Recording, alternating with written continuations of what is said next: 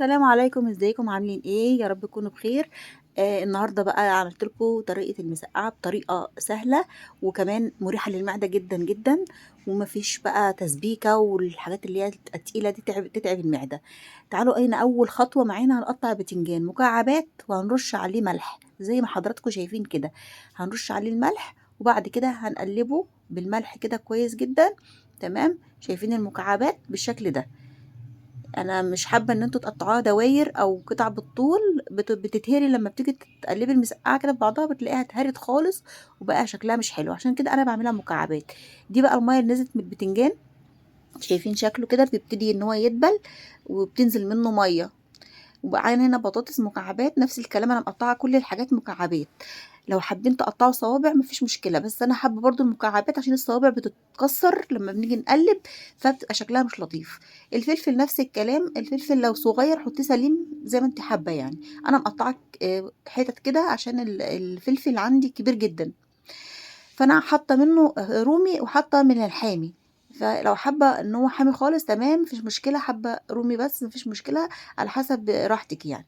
هنحط هنا معلقتين كبار زيت، مش عايزين نكتر الزيت عشان كل الحاجات اللي احنا هنقليها.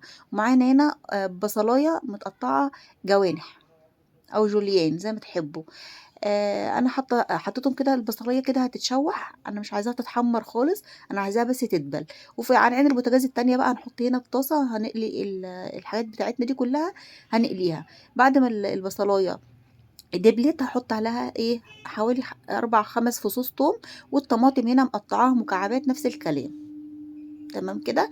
يا دوبك التوم ريحته تطلع بس كده. طبعا انا شغاله على العينين، عين هنا بقلي عليها الحاجات اللي انا قطعتها دي، والعين التانية بعمل عليها آه الخلطه بتاعتي اللي اللي هحط مسقعه فيها.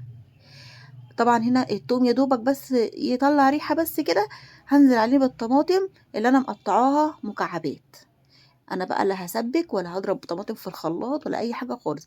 شايفين الطريقه سريعه وسهله جدا وكمان طعمها خفيف كده. هحط هنا كمون وملح بس، مش هكتر في التوابل ولا اي حاجه. كمون وملح، طبعا الكمون زي ما انتم عارفين مريح للمعده.